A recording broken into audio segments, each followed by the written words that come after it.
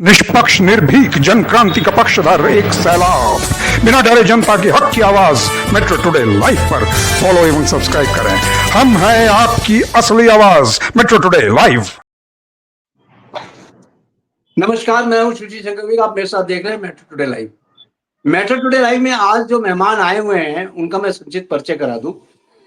जुड़ते हैं हमारे साथ जयपुर से कल्याण जी, कांग्रेस के मंडल अध्यक्ष हैं। कल्याण जी, आपका बहुत बहुत स्वागत है मेट्रो टुडे लाइव में। धन्यवाद सर, थैंक यू सर, धन्यवाद।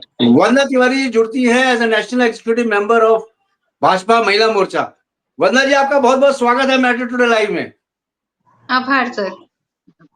प्रमदत्त पुरी जुड़ते हैं प्रयागराज से, संत महंत प्रकोष्ठ के महाअध्यक्ष हैं और गौ गीता गंगा रक्षा मंच के सदस्य भी है और प्रवक्ता भी हैं। स्वामी जी, आपका बहुत बहुत स्वागत है मेट्रो टुडे लाइव में। जय जय जी। शुरू करते हैं हम स्वामी जी से। स्वामी जी, ये बताएं कि भारतवर्ष में नौकरियां बहुत कम हो गई हैं, लेकिन फ्रॉड करने वालों के तो काम चल रहे हैं। नौकरियां तो खत्म हो चुकी हैं और नौकरियां देने के लिए किसी के पास कुछ है नहीं। युवा बेरोजगार बैठा हुआ है। इलेक्शंस आते हैं, इलेक्शंस में भी कुछ नहीं हो पाता है। जो भी पार्टी आती है वो देती है अपना प्रोग्राम कि हम ये करेंगे, वो करेंगे, नौकरियां देंगे। वो भी नौकरियां नहीं दे पाते। जो नौकरियां देते भी हैं उसमें क्या होता है, या तो पर्चा लीक हो जाता है या फिर प्लानिंग फेल हो जाती है। इस तरह युवा बेरोजगार की इस समय जो सीमा है वो 69% है। 69% युवा बेरोजगार है, नौकरियां नहीं है। स्वामी जी, इसके ऊपर कुछ प्रकाश डाले। पूछता है पूरा हिंदुस्तान, क्या इसी तरह से हिंदुस्तान में नौकरियां कमी रहेंगी और युवा जो है दूसरी राह पकड़ेंगे? जी बोले। जी जी जी बोलिए। खैर, ऐसा नहीं है। जिसका जज्बा है, जिसको अपने जीवन में कुछ करना है, या जिस व्यक्ति को कुछ सीख लेनी है या कुछ अनुभव करना है या कार्य करना है, तो वो कभी बेरोजगार अपने को कहता ही नहीं है। बेरोजगार तो वो कह रहे हैं जो आलसी बने हैं, जिनको कुछ करना ही नहीं है जीवन में, जी केवल सरकार का दामाद बन के रहना है। उन लोगों के लक्षण है और वही प्रचार प्रसार बढ़ा रहे हैं और वही विज्ञापनों पे ऐसी बातें देते रहते हैं।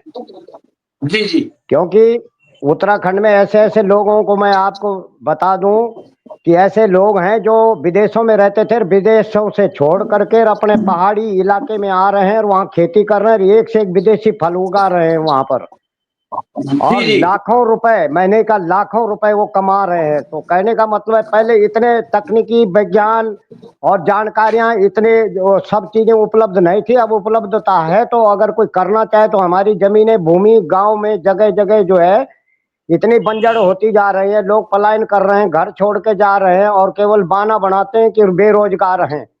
बेरोजगारी मूल मुद्दा नहीं है। कुछ ऐसे लोग हैं जो कि शान शौकत के लिए जाते हैं, बाजार में रहे, भीड़ भाड़ की जगह रहे, उधर घूमे और तफरियां काटे। बहुत से लोग ऐसे हैं कि अपना जो है सुबह जाएं और शाम को घर आ जाएं, ऐसी कोई ड्यूटी मिल जाए हमको, तो ऐसा नहीं होता है। बहुत मेहनत, खून पसीना करना पड़ता है। और काम के लिए जो है, जो करने वाले लोग हैं वो अभी भी कमा रहे हैं, वो अच्छा पैसा कर रहे हैं। नौकर तो सब बनना चाहते हैं, पर नौकर कोई रखना नहीं चाहता है। अगर एक दिन हमारे जहन में, हमारे दिमाग में ये बात आ जाए कि मैं ऐसा बनूंगा, ऐसा कुछ करूंगा कि जिससे 5-7 लोग भी मेरे यहाँ रोजगार करेंगे, उनको रोजगार प्राप्त होगा, तो रोजगार वो लोग ढूंढ रहे हैं जो दूसरे को रोजगार देना नहीं जानते, जो दूसरे को दूसरे को जो है रोजगार की हिम्मत नहीं रखते, वो लोग रोजगार ढूंढ रहे हैं। नहीं तो रोजगार तो वो पैदा ऐसा करें कि उनके साथ साथ जो है 20 आदमी, 10 आदमी का रोजगार, प्रत्येक अगर एक व्यक्ति 10 बेरोजगारों को ले ले तो कितना घटेगा परसेंटेज। तो इसी प्रकार जो है, क्योंकि जो बेरोजगार है, अगर वो बुद्धिजीव है, पढ़े लिखे हैं, तो आजकल अगर उन्होंने साइंस पढ़ा है, उन्होंने कृषि विज्ञान पढ़ा है, बायोलॉजी पढ़ी है, या उन्होंने मैथ पढ़ा है, तो इंजीनियरिंग कल्चर से वो देखें। अगर उन्होंने जो है कृषि विज्ञान पढ़ा है तो कृषि के तरीके को अपनाएं। जो जिस सब्जेक्ट का जानकार है वो उसी रूप में जो है उस कार्य को करना आरंभ कर दे, तो बेरोजगार जो और भी है अगल बगल, उन बेरोजगारों को भी वो थोड़ा सहारा बन सकते हैं। पर बात जी। यहाँ है कि केवल सरकार के भरोसे रहना और केवल दूसरे पर जीने वाले और निर्भर रहने वाले लोग इस तरह की जो है आवाजें उठा रहे हैं, बदनाम करते हैं, हवाएं फैलाते हैं, ऐसा कुछ नहीं है। मेहनती आदमी करने वाला जो है बहुत कुछ। और जो ये टाटा था, इनको नौकरी किसने दी? जो टाटा था, जो इनकी स्थिति क्या थी पहले, आप जब उस लाइफ में जाएंगे तो उनकी बहुत बुरी दशाएं थी पहले बचपन काल में। जी। ये लोग नहीं समझते। तुम्हें भी टाटा बनना है, वो बात क्यों नहीं रखते कि हमें टाटा बनना है और हमने करोड़ों लाखों लोगों को रोजगार देना है? ये Correct. हिम्मत तो जुटाएं जरा। इसलिए जो है स्थिति ये बढ़ रही है हमारे देश की और बुरे हाल हो रहे हैं। ऐसा कुछ नहीं है, रोजगार है देश के अंदर, कई कुछ उद्यम कर सकते हैं। भारत हमारा जो है ये इतनी बड़ी इकोनॉमी पर जो है भारत इतना आगे आगे आए हर देशों से, और फिर कोई बेरोजगार करे तो हम तो ये कहते हैं ये आलसियों की आवाज है।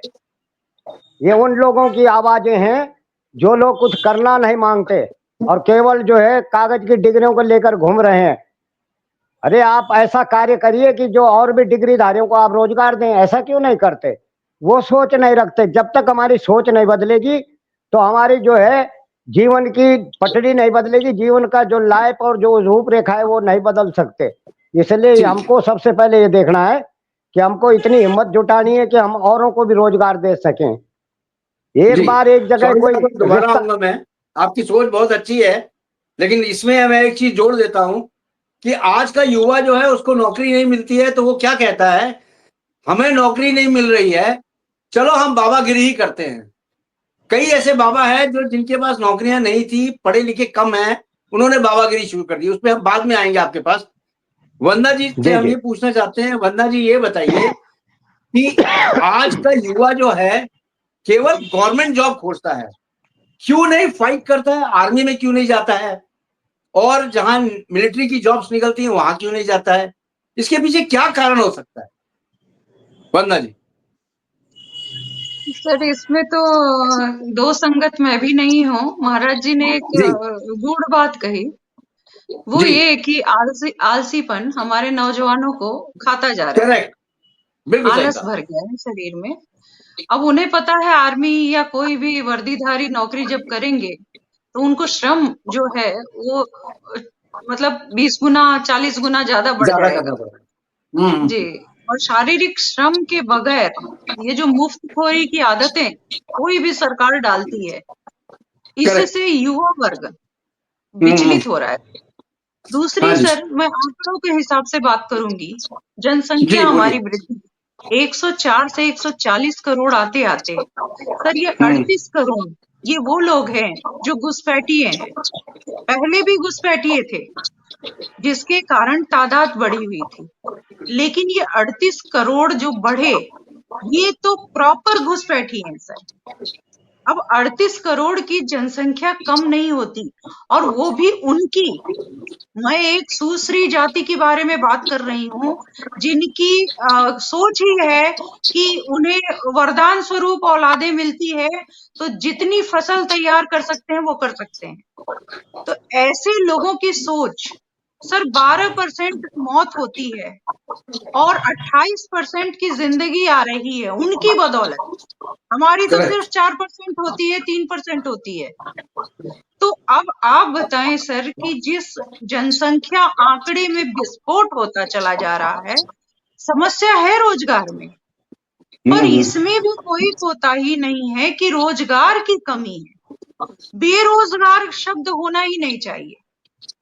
ये तो राजनीति का प्रोपेगेंडा है। राजनीति में जिन्होंने मतलब 62-63 साल नहीं दिए, वो खुद बैठ करके लोगों को उकसाते हैं कि तुमको ये सरकार कौन सा रोजगार दे रही है, ये सरकार कोई रोजगार नहीं दे रही है। पर उन्होंने क्या किया? उन्होंने भी गरीब जनता को गरीबी तो बना के रखा। सर मुश्किल से 6% लोग अमीरों की तुलना में रहे, बाकी मिडिल में जो आए, मिडिल में जो 44% थे, उनके टैक्स पेयर पर निचले वर्ण हमेशा से पलते रहे हैं, वो चाहे किसी सरकार की बात हो। और सरकारें एक दूसरे पर छीटारोपण करके उलझा देती हैं। सर, आंकड़ों का पैमाना अगर देखा जाए तो जनसंख्या विस्फोट जहां भी होगा, रोजगार देने की समस्या हर किसी को होगी। और रोजगार की कमी मैं फिर कह रही हूँ नहीं है सर, वैकेंसियां निकलती हैं।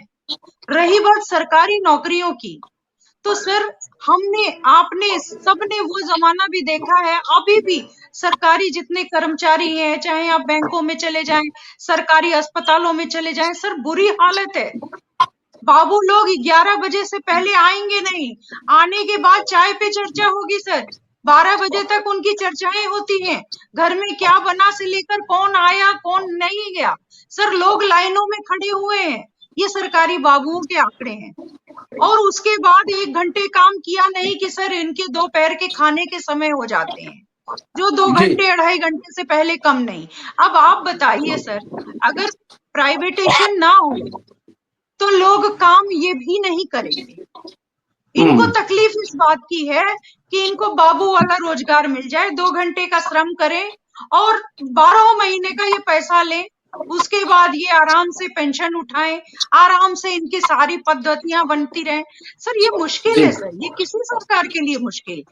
आने Correct. वाले समय में अगर भाजपा नहीं भी रहती है, कोई भी सरकार आएगी, तो वो ये श्रम नहीं दे पाएगी, ये शिष्टता नहीं दे पाएगी सर। क्यों दे पाएगी और कैसे दे पाएगी?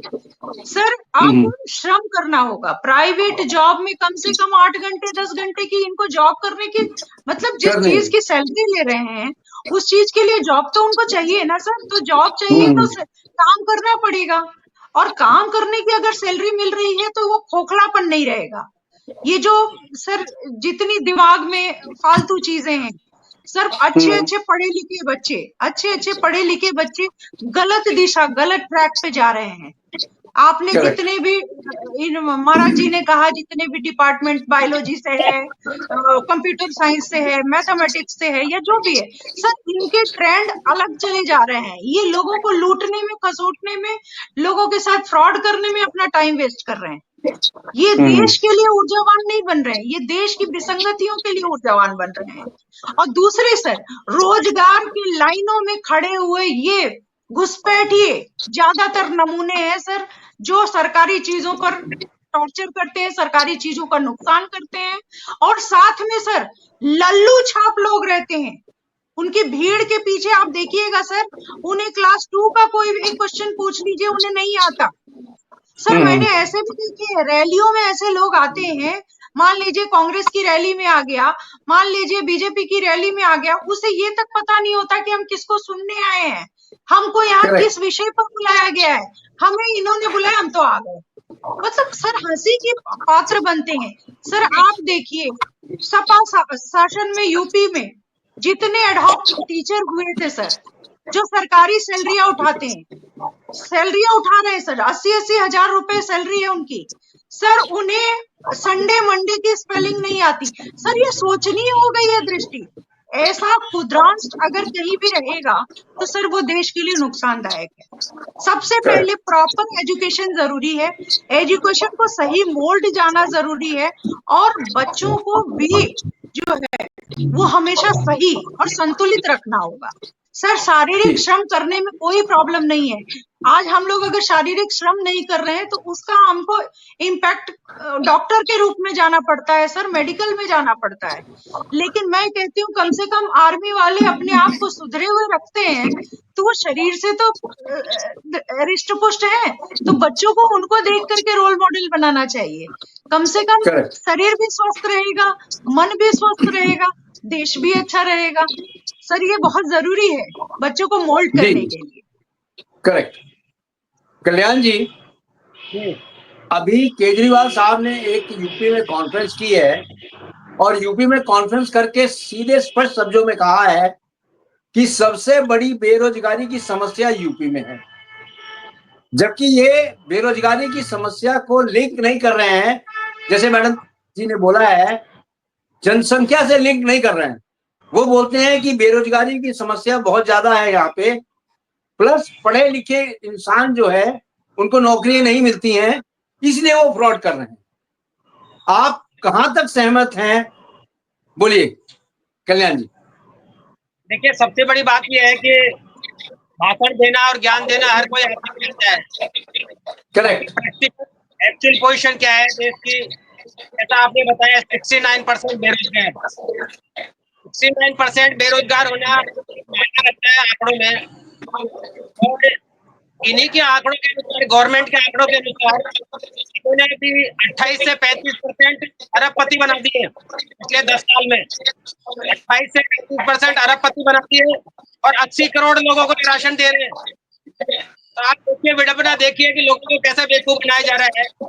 आपने शिक्षा पर जीएसटी लगा दी। शिक्षा इतनी महंगी हो गई कि आज एक डॉक्टर अगर बनता है तो उसको कम से कम 80 लाख से 1 करोड़ रुपया देना पड़ता है। तो जो आदमी डॉक्टर बनेगा वो कम से कम ये तो उम्मीद रखेगा कि जितनी मेरी शिक्षा है, जितने मेरे पैसे लगे हैं, मैं उसको कैसे निकालूं। तो वो यहाँ पर सबसे बड़ी समस्या है कि हर कोई बेरोजगार, that is called corruption. That is called corruption. ये कहती है मैडम बिल्कुल जैसा सही कह रही हैं कल्याण जी, जी। मैडम बिल्कुल सही कह रही हैं। एक इंसान अगर पढ़ा लिखा इस तरह सोचता है कि मैंने जी। 80 लाख रुपया या 1 करोड़ या 2 करोड़ लगा दिए अपनी पढ़ाई में, इसको जनता से ही निकालना है, मैंने डॉक्टरी की है, मुझे वहां से पैसा निकालना है, ये गलत है। ये गलत नहीं है। इंसानियत नहीं है, इंसानियत नहीं है। आप मुझे बताइए, जिसके माँ बाप ने जी, कर्जा बोलिए। लिया हो, आप जिसके माँ बाप ने बैंक से कर्जा लिया हो, साहूकार से किसने कर्जा लिया बोला हो, था कल्याण जी, एजुकेशन एक के मिनट, किसने बोला था आप अपने बच्चे को डॉक्टर बनाइए कर्जा लेके? ऐसी बातें कर रहे हैं सर। हर कोई आदमी चाय बेच के प्रधानमंत्री तो बन नहीं सकता, पकौड़े बेच के प्रधानमंत्री बन नहीं सकता। आप पढ़ाएगा नहीं, हर आदमी का, हर माँ बाप का। पढ़ाई लिखाई तो कराएगा, लेकिन अपनी चद्दर देख के तो पढ़ाना चाहिए बच्चे को। देखिए, आप आज कैसे किसी भी बच्चे को फॉरेन अगर आप भेजते हैं, बैंक की सुविधा बहुत अच्छी है, आपको एजुकेशन लोन देती है। एजुकेशन लोन देती है, उसका रीपेबल कब होता है? जब बच्चे को नौकरी मिल जाती है, उसके 2 साल के बाद रीपेमेंट होता है। देखिए, 2 साल के बाद में रिपेमेंट होता है या 4 साल के बाद में पेमेंट होता है, ये बात की बातें हैं। 2 साल। मैं आपसे जी। पूछना चाहता हूँ, अगर आपका बच्चा एजुकेटेड है और टैलेंटेड है, आप उसको डॉक्टर बनाना चाहते हैं और आपने उसको डॉक्टर बना दिया कर्जा लेकर, और उसको उसके हिसाब से यहाँ पर अगर पेमेंट नहीं मिल रहा है, उसको रोजगार नहीं मिल रहा, तो वो क्या करेगा? क्या बैठ के पकौड़े तलेगा? आप नहीं तो कैसे क्या वो फर्जीवाड़ा करेगा क्या? नहीं, फर्जीवाड़ा नहीं करेगा तो विदेश जाएगा, बाहर जाएगा, विदेश जाए, विदेश में जाएगा ना। आज पोजीशन यही हो रही है, यहाँ पर जितनी प्राइवेट कंपनी है 4 घंटे 8 घंटे 12 घंटे काम में लेती है और उसको 6 घंटे के पैसे देती है। तो यहाँ पर लूट मचा रखी है और ये कहते हैं कि साहब यहाँ पर जो है घुसपैठी है, घुसपैठी है, घुसपैठी। आ कहाँ से रहे? कल्याण जी आपको फिर आपको थोड़ा फॉरेन का भी सर्वे कर लीजिए। फॉरेन की जो सैलरी और फॉरेन में जो सैलरी मिलती है या जो कुछ भी वहां मिलता है, पगार मिलती है, इंडियन से बहुत कम है।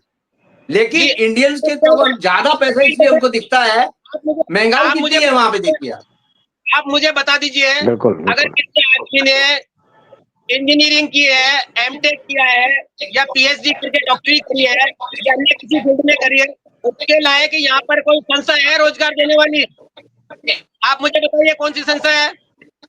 ओवर टू यू वंदना तिवारी जी, जवाब दीजिए। वंदना जी जवाब दीजिए। मैं कांग्रेस को छींटाकशी करना नहीं चाह रही थी सर, लेकिन इन्होंने हमेशा से मुंह खुलाया है मेरा। कांग्रेस जी बोलिए। खाऊंगा और खाते रहो का नारा कांग्रेस ने ही दिया है सर। ये खाने पचाने और लोगों को फ्रॉड बनाने के सारे तरीके कांग्रेसियों से आए हैं सर। अब मैं बताऊं इनका एजुकेशन लोन का बात। एजुकेशन लोन इतना सही और सस्ता कर दिया गया है, अगर पढ़ने वाला विद्यार्थी है तो वो 1 साल के कोर्स के बदले 5 साल के कोर्स का पैसा ले करके आराम से नौकरी करके सरकार को दे सकता है बिना किसी इंटरेस्ट। शायद इन्होंने इस आंकड़े को पढ़ा नहीं है हमारे प्रधानमंत्री मोदी जी की योजना को। इनको योजनाओं के बारे में पता नहीं है। सर कांग्रेस ने यही तो किया है, क्राइम करप्शन कांग्रेस की देन है सर। अब मान लीजिए सर कि जैसे इन्होंने कहा, मुझे तो डर है कि वो पढ़ने के लिए पैसा नहीं लेता होगा, जबरदस्ती डॉक्टर बनाने के लिए। ऐसे डिग्रीधारी जो खरीदे हुए डिग्रीधारी लोग हैं सर, वो इंजीनियर, ऐसे ही इंजीनियर बैठते हैं जिनके पुल गिरते हैं, ऐसे ही डॉक्टर बैठते हैं जिनके पेट में छुरा और चाकू और कैंची निकल जाते हैं सर। सर ऐसे ही डॉक्टर्स बनते हैं जो आरक्षण के बेस पे आते हैं या क्राइम करप्शन के बेस पे आते हैं। सर ऐसे लोगों का आंकड़ा तैयार करने के लिए रोक देने वाले एकमात्र प्रधानमंत्री मोदी जी पर इतने सारे चपेट कैसे हम बर्दाश्त कर लें सर? इतनी योजनाएं बनी है विद्यार्थियों के लिए सर, ये जो रास्ते में गुंडागर्दी करते हैं ये विद्यार्थी किसी हालत में नहीं है सर। विद्यार्थियों के हाथ में कलम होती है, कलम होती है, तलवारें नहीं होती, डंडे नहीं होते, पत्थर नहीं होते सर। ये कैसे विद्यार्थी हैं? आवाज हमने भी उठाई है सर। मैं दिल्ली यूनिवर्सिटी की लड़की हूँ, मैं दिल्ली यूनिवर्सिटी की लड़की हूँ, मैंने पढ़ा है। हम लोग भी बैठते थे सर अनशन पर, लेकिन मजाल है जो हमारे ऊंचे आवाज होते थे नहीं, हमारी डिमांड हमारी वॉइस क्वालिटी पे होती थी। हमारी डिमांड पत्थर मार और सरकारी चीजों का नुकसान पर नहीं होती थी सर। ये जो जिहादी हैं, ये जो आतंकी हैं, ये आप देखिए जितने राज्य कांग्रेस शासित प्रदेश के हैं वहीं से घुसपैठ करते हैं, वहीं से घुसपैठ करती हैं, और ये घुसपैठियों को अपना भाई और बंधु बना करके लाते हैं और हमारे सर पे ठोक रहे हैं सर। ठीक है, जवाब दीजिए। हाँ जवाब दीजिए कल्याण जी, जवाब दीजिए। पूछता हूँ, क्या स्टेट की गवर्नमेंट के अंडर में बॉर्डर होता है? स्टेट की गवर्नमेंट बॉर्डर को संभालती है? ये ऐसी बातें करते हैं जो government, central government, army border को संभालती है, फिर घुसपैठिए कैसे घुसे चले जाते हैं? ये दूसरे पर दोषारोपण करने के बजाय अपने पे नहीं देखते, ये कहते हैं कमाल है, कमाल है सर। आपके राजस्थान से, दिल्ली से, आपके बंगाल से लोग घुसते हैं सर, और उनके हाथ में आते ही वोटर कार्ड, आई कार्ड सारे बना करके मिलते हैं। क्या बात करते हैं आप, क्या बात करते हैं आप? किसी भी बीजेपी सरकार में कभी कोई घुसपैठिया नहीं घुसता सर। मदरसों के दरवाजे खुले रहते हैं सर, सारे मदरसे अंदर लोगों को भर लेते हैं, पता तक नहीं चलता कि बाहरी कौन है अंदर ही कौन है सर। ये क्या बात करते हैं? इनको किसी चीज का आंकड़ा नहीं पता। गवर्नमेंट आपकी है, 11 साल से आप बैठे हो, कमाल है, सारी गंदगियां कांग्रेस फैलाए, सारी गंदगियां और पार्टियां फैलाए, बीजेपी रायता साफ करेगी, ये गलत बात है, बिल्कुल गलत, सीतारमण नहीं सर। पहले आपने देख लीजिए, ठीक है कल्याण जी, वंदना जी एक सेकेंड, स्वामी जी कुछ बोलना चाहते हैं। कल्याण जी, स्वामी जी कुछ बोलना चाहते हैं, स्वामी जी का सुन लें। स्वामी जी बोलें। जी जी, अब ये कह रहे हैं कि जो बेरोजगारी फैल रही है, एक तो खैर वंदना जी ने जो कहा है कि घुसपैठियों का भी कारण है, ये तो कुछ परसेंटेज हम ये मानते हैं कि 20% बेरोजगारी तो उन्होंने फैलाई है। ठीक है, जैसे आप 69 जो है बता रहे हैं कि बेरोजगार हैं, तो उसमें 20% ऐसे लोग हैं जो यहाँ आकर के और तमाम जगह जगह जो यहाँ के लोकल लोगों ने काम करना था, रेडी फड़ ठेली वगैरह ये सब लगाते हैं, और ये करते क्या है कि ये फुटपाथ पर बैठ जाते हैं, और धीरे धीरे फुटपाथ पर बैठने के बाद जो है फिर वो दायां बायां पहले वहाँ की पूरी जो है इंफॉर्मेशन ले लेते हैं, पूरी जानकारियां उनको मिल जाती हैं, फिर वो भाईचारा दिखाते हैं, फिर मित्रता बनाएंगे, फिर वो इस तरह जगह ढूंढने, बोले कहीं पर थोड़ा हम भी थोड़ा एक रहने का कोई कोना मिल जाए, इस तरह से वो धीरे धीरे और वो यहाँ के नागरिक बनते हैं, और वो राशन कार्ड वगैरह ये सब अपना बना लेते हैं। तो बेरोजगारी तो कुछ ये बात सही भी है, कहीं 20% मैं मानता हूँ कि 20% जो बेरोजगारी हुई है कुछ इन घुसपैठियों के कारण भी हुई है, और 20% बेरोजगारी आलसी लोग हैं हमारे भारत में, 20% है जो आलसी लोग कुछ करना नहीं चाहते, 40% हो गया। अब 20% ऐसे बचे हैं जो कुछ करना चाहते हैं, जज्बा है उनमें, पवित्र आत्माएं हैं, पर वो 20% जो है वो करे तो करे क्या, अब जाए तो जाए कहाँ, क्योंकि उनको भी अपनी जो है क्वालिफिकेशन ये चीजें सब पूरा करना होता है, किसी की त्रुटियां हो जाती हैं, कहीं कमियां रह जाती हैं, इसलिए वो बेरोजगार रह जाते हैं, तो उसी का मूल कारण है। तो ऐसे मिला करके सभी आंकड़ा जो है, ये लोग आंकड़ा नहीं देखते, ये तो एक तरफा दोषारोपण करने की आदत पड़ी है कि इतने हजार इतने % जो है बेरोजगार है, वो % में है कौन कौन, ये साबित करना जरूरी है कि वो जितने भी बेरोजगार है उनको बताएं। मैं ये कल्याण कह जी रहा हूँ बोले। ये आंकड़े इनके हैं, आंकड़े इन्हीं के हैं, यही अपनी कबर खोद रहे हैं। मैं दोनों से महानुभाव से पूछना चाहता हूँ, जब बॉर्डर इनके अंडर में है, फिर घुसपैठिए कैसे चले आ रहे हैं? सारे संस्थान इन्होंने बेच दिए, यहाँ पर लोगों का शोषण हो रहा है। पढ़ा लिखा आदमी 12 घंटे 18 घंटे नौकरी करने के लिए मजबूर हो रहा है, और जीएसटी, शिक्षा पर जीएसटी लगाकर शिक्षा को महंगा कर दिया गया है। बेरोजगारी नहीं है, ये कहते हैं 35% जो है ना लोगों को हमने अमीरी रेखा के ऊपर ला दिया, अरबपति बना दिया।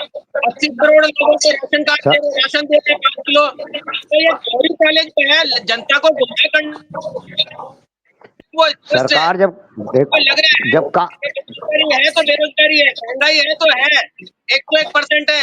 कहते थे 2 करोड़ नौकरियां देंगे, कितने को दे दी 10 साल में? कहाँ गई 2 करोड़ नौकरियां? काला धन आएगा, पैंशन वापस आ गया। तो ये चीजें, ये जुमले नहीं चलते बार बार सर। सर बेरोजगारी 101% कल्याण जी, पढ़ा लिखा आदमी, नौकरियां ये ना मानो कि सरकारी नौकरियां होती है, नौकरी तो प्राइवेट सेक्टर में भी होती है। ये तो सारे उद्योग युवाओं को खुलेंगे ये जब कह रहे हैं कि बेरोजगार जो है निकृष्ट आदमी है, कल्याण जी गंदे आदमी है, गुंडे आदमी है। तो ये स्वामी जी, आप अपने ही बच्चों को गालियां नहीं दे, हमारे देश के कर्णधार है, जिन्होंने पढ़ाई करी है, जिस लायक जो है वो आदमी अपना चाहता है कि मेरे को उसी लायक रोजगार मिले, रोजगार मिले। प्राइवेट कंपनियां है कितनी? आप इंडिया में प्राइवेट कंपनियों को आपने सेटअप कर रखा है जो बेरोजगारों को काम करेंगे? आपने जो बाकी की जो कंपनियां थी, जो गवर्नमेंट के ऊपर के, उनको सबको बेच दिया, वो प्राइवेट में देखिए, चले गए। सरकारी विभाग 60 साल से सरकारी विभाग में रहे हैं, औहदे पौधे पदों पर रहे हैं, और इन्होंने काम करके नहीं दिया, जनता को परेशान किया, और किसी की सुनाई नहीं होती है। इसलिए सरकार अब ऐसा सिस्टम बना रही है कि जो सुनाई करेगा उसको नहीं तो नौकरी से बाहर हो जाए। अभी क्योंकि जो कुछ करना है ड्यूटी टाइम करने का है, स्वामी जी और जो ड्यूटी करेगा, जनता की सेवा करेगा, जनता को परेशान न करेगा, उनको रखा जाएगा। बाकी रिजेक्टेड करना बड़ा अनिवार्य है। स्वामी जी 1 मिनट, स्वामी जी 1 मिनट, कल्याण जी कुछ बोल रहे हैं, सुनिए, बोलिए कल्याण जी। मैं ये कहना बहुत आसान है, आप प्रैक्टिकल देखिए, आप धरातल पे जाके देखिए, आप ये झूठ देखिए, आप बेसिक देखिए। आप बिल्कुल सही कह रहे हैं, धरातल पर जाके देखिए, नौकरियां हैं नहीं, बच्चा पैदा करना बहुत आसान है, बिल्कुल सही कह रहे हैं। बिल्कुल भाई, जिन्होंने खर्चा बिल्कुल सही किया कह रहे है, हैं। बच्चे पैदा करते चले जाओ, आप बच्चे पैदा करते चले जाओ, उनका भविष्य मत देखो। उनका भविष्य देखिए, इसलिए वो- नहीं देखना है क्योंकि गवर्नमेंट बैठी है भविष्य देखने के लिए। देखिए, नौकरी आप कहाँ जाएंगी?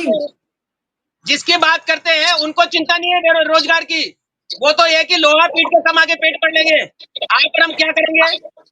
आपको और हमारे को क्या दिक्कत क्या है? इसीलिए इन्होंने हिंदुओं के बच्चे पैदा नहीं होने के मुसलमानों को छूट दी। कल्याण जी, स्वामी जी 1 मिनट, घुसपैठियों को रोजगार आप यहाँ और मिलता। हम में क्या दिक्कत है? आप में और हम में क्या दिक्कत है? ये दिक्कत है कि हम अहम में मारे जाते हैं। हमने ये छोटा काम है नहीं करना, हम मिलिट्री में नहीं जाएंगे, वहां गोली लगती है, हमें चाहिए बाबूगिरी। तो बाबूगिरी की नौकरियां कहां तक मिलेंगी आपको?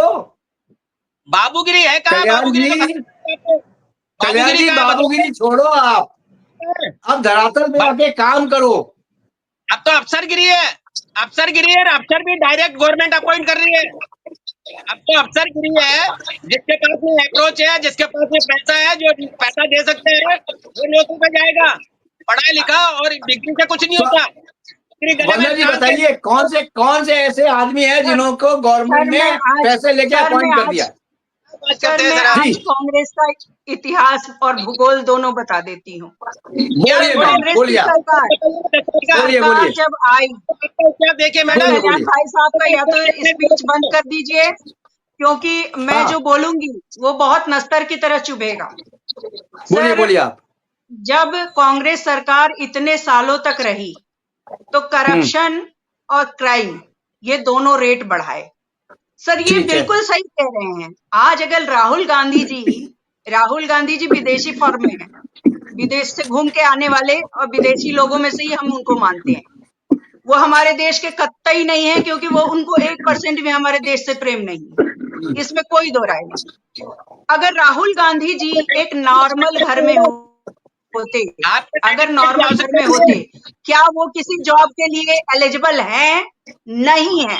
अब मैं बता रही हूँ इनको तकलीफ इस बात की है कि बाबूगिरी की। मैं इनसे आश्चर्यचकित हूँ कि ये खुद एक रोजगार लेकर बैठे हैं, ये अच्छी खासी एक दुकान चला रहे हैं और जी। इनको पता है कि अपनी दुकान के राजा हैं, ना जी। इनके ऊपर वहां कोई शासन करने वाला है ना कुछ है।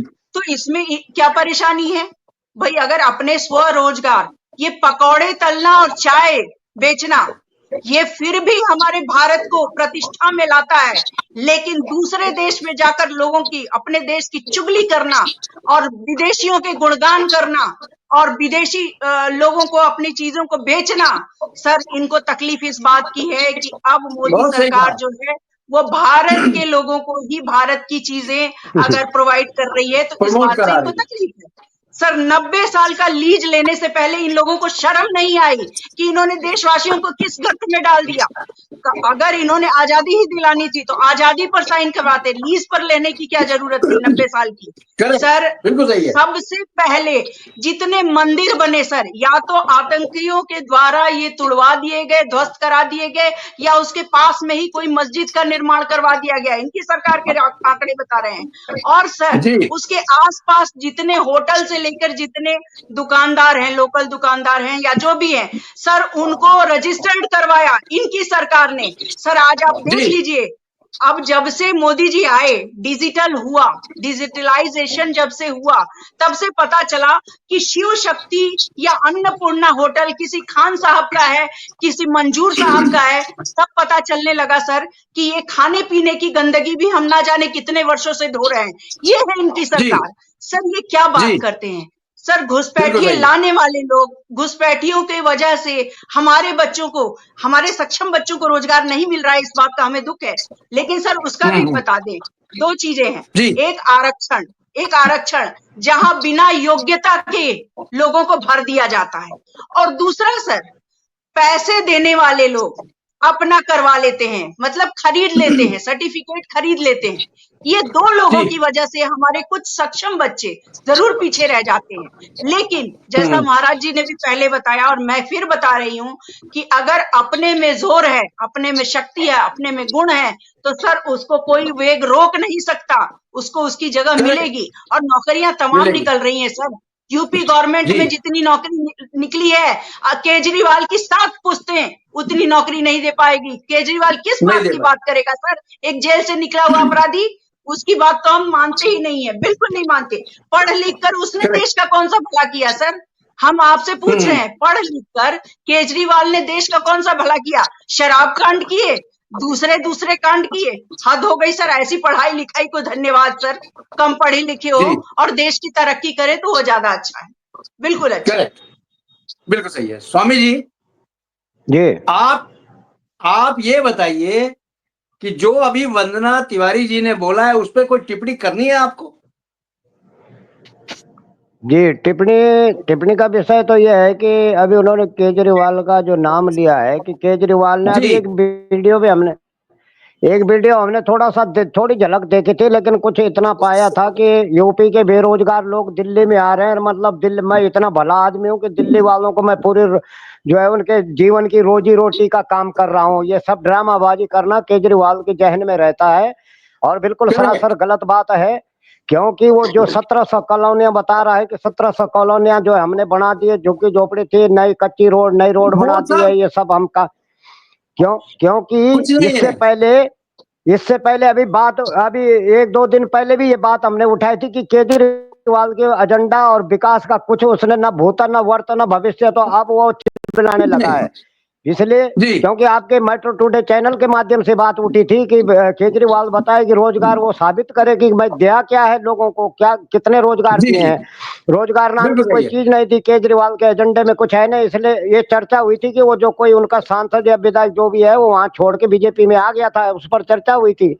इसलिए लोग जी जी छोड़ कर आ रहे हैं क्योंकि उनके एजेंडे में कोई रोजगार नहीं है। वो ड्रामा कर रहे हैं, ठीक है जो प्रेस कॉन्फ्रेंस करके ये दिखाना चाह रहे हैं कि नहीं हमने तो ठीक है बहुत कुछ किया है, बहुत कुछ कर ठीक है रहे हैं। स्वामी ये जी। बनावटी ठीक बातें है जो है स्वामी जी, इनके आप जहन बहुत में बहुत कुछ हो गया। धोखा। अब 5 मिनट में देता हूं कल्याण जी को, लास्ट के 5 मिनट है मेरे पास। कल्याण जी बोलो आप।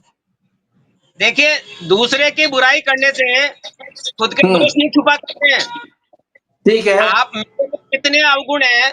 मैं क्या कर रहा हूँ, मैं 2 करोड़ रोजगार देने का वादा करके और दूसरे की बुराइयां करूं, दूसरे की कबर खोदूं। कांग्रेस ने क्या किया ठीक है, था, इसके बाद से क्या ठीक था, है, तो से जुमलों से देश नहीं चलना। और इनके पास में ले दे के सिर्फ ये रटे रटाए शब्द हैं। इनके अलावा आप इनसे कुछ ये पूछ लीजिए कि इनका भविष्य में इनका प्लानिंग क्या है, देश के लिए क्या करना चाहते हैं, और देश के लिए 10 साल में 15 साल में क्या किया और कितने रोजगार दिए, इस पर डिस्कस करो। आप ये मत कहो कि नेहरू जी ने ये कर दिया, 90 साल की लीव ले ली। आप कहाँ गए थे, आप अंग्रेजों को चिलम भर रहे थे उस वक्त। ये लोग बात अंग्रेजों के साथ 100 चिलम भर साल का रहे एजेंडा दे थे। दिया आपके नेहरू जी ने, 100 साल का एजेंडा दे दिया आपकी इंदिरा जी ने, 100 साल का एजेंडा दे दिया आपके राजीव जी ने, और बाकी रहा जो भी 100 साल वो राहुल जी देने के लिए तैयार बैठे हैं। इंदिरा के टाइम पे देश आजाद नहीं हुआ। सिर्फ आप हिंदू मुस्लिम, इसके अलावा कुछ नहीं कर सकते। आपकी प्लानिंग क्या है? मैं कहूंगी कल्याण भाई साहब, अब आप अपने जुमलों में थोड़ा बहुत चेंज करिए, थोड़ा और पढ़ाई पढ़ के आइए। बताइए आप ये बताइए कि कितना रोजगार दिया 10 साल में और कितना रोजगार बिल्कुल, देंगे, इसके लिए क्या काफी किया और क्या रोजगार दे दिया है सर। हम रोजगार का हम आपकी तरह नहीं बोलते कि हम इतने करोड़ रोजगार देंगे, हम किसानों कल्याण जी, के माफ कर देंगे और करते कुछ भी नहीं कल्याण जी, है, सर हम नहीं कहते। कल्याण जी, वंदना जी, प्रधानमंत्री हमारे जो है मोदी साहब, उन्होंने ये कहा है स्वरोजगार भी आप कर सकते हैं, उसके लिए बैंक के दरवाजे खुले हैं। सर आपको उसके बैंक लिए लोन इनकी देती भाषा है। सुनिए, सर उसके लिए इनकी भाषा सुनिए, पकौड़े तलना चाय हाँ, बोलिए। बेचना, सर हमारे प्रधानमंत्री को ये बोलते हैं, सर ये बोलते हैं। भाषा पे कंट्रोल करें कल्याण जी, आप सब भाषा बोलिए। वो देश के प्रधानमंत्री है, देश के तो प्रधानमंत्री हैं, पूरे वर्ल्ड के जाने माने नेता हैं वो। हमारे प्रधानमंत्री है। मैं तो ये कह रहा हूँ हमारे प्रधानमंत्री है, मैं नहीं कर रहा, मैंने कुछ नहीं कहा। मैं तो ये कह रहा हूँ कि एक नियम अभी रिसेंटली इन्होंने पास आउट कर दिया है। मैं आपको बता रहा हूँ, बैंक जिस बैंकों की बात कर रहे हो उसके लिए हाँ, बोलिए। एक नियम पास हो चुका है, और 2025 में जितने भी गवर्नमेंट बैंक है वो प्राइवेट हाथों में जा रहे हैं। और प्राइवेट हाथ में जाकर लोगों का शोषण हाँ, करेगा। बिल्कुल सही है, आपका कहना बिल्कुल सही है। प्राइवेटाइजेशन हो रहा है, उसमें आपके पैसों पे कोई फर्क नहीं पड़ेगा, आपके वर्क प्रणाली में कोई फर्क नहीं पड़ेगा। हाँ, बोलिए। आप मुझे बताइए, जो बॉम्बे में एक बैंक था, एक पंजाब के नाम से एक बैंक था, उसके करोड़ों रुपए डूबे नहीं डूबे प्राइवेट बैंक में लोगों के? कौन सा बैंक डूबे? एक हाईलाइट हुआ था, एक पंजाब बैंक करके था, पंजाब सिंडिकेट बैंक था, क्या था वो बॉम्बे पता नहीं सर, ऐसे ऐसे बहुत सारे बैंक आते हैं। बॉम्बे में उसका मालिक सर एक लोकल बैंक का ब्रांच कोई खोल दे और उसमें लोग चले जाएं तो ये मूर्खता लोगों की है, प्रधानमंत्री मोदी जी की नहीं है। सर दूसरी चीज सरकारी बैंकों को प्राइवेट करना बुद्धिमत्ता है। सरकारी जितने बैंक है सर, आज बैठे बैठे ये डिजिटल सेवा ले रहे वंदना जी कुछ बोल रही हैं, डिजिटल इनका सेवा सुन ले लेते रहे हैं, फिर वाइंड अप का बोलिए वंदना जी। सर इनका डिजिटल सेवा ये ले रहे हैं, कम से कम 10 मिनट में ये बिल बनाते होंगे। पहले इनको याद होगा कि इनकी दुकान में लाइनें लगती होगी एक एक बिल हाथ से बनाने में। सर सारी सुविधाएं लेने के बाद अगर कल्याण भाई साहब चेंज नहीं हो रहे हैं तो मुश्किल है, बहुत मुश्किल है। ये भी आपका जो नहीं है, ये भी राजीव गांधी का जो है डिजिटल टाइम इतना ही था। आप सबका बहुत बहुत धन्यवाद आने के लिए, थैंक यू वेरी मच। आपके ही हैं, जय हिंद, जय भारत, जय जय हिंद, जय भारत, जय भारत, जय जय।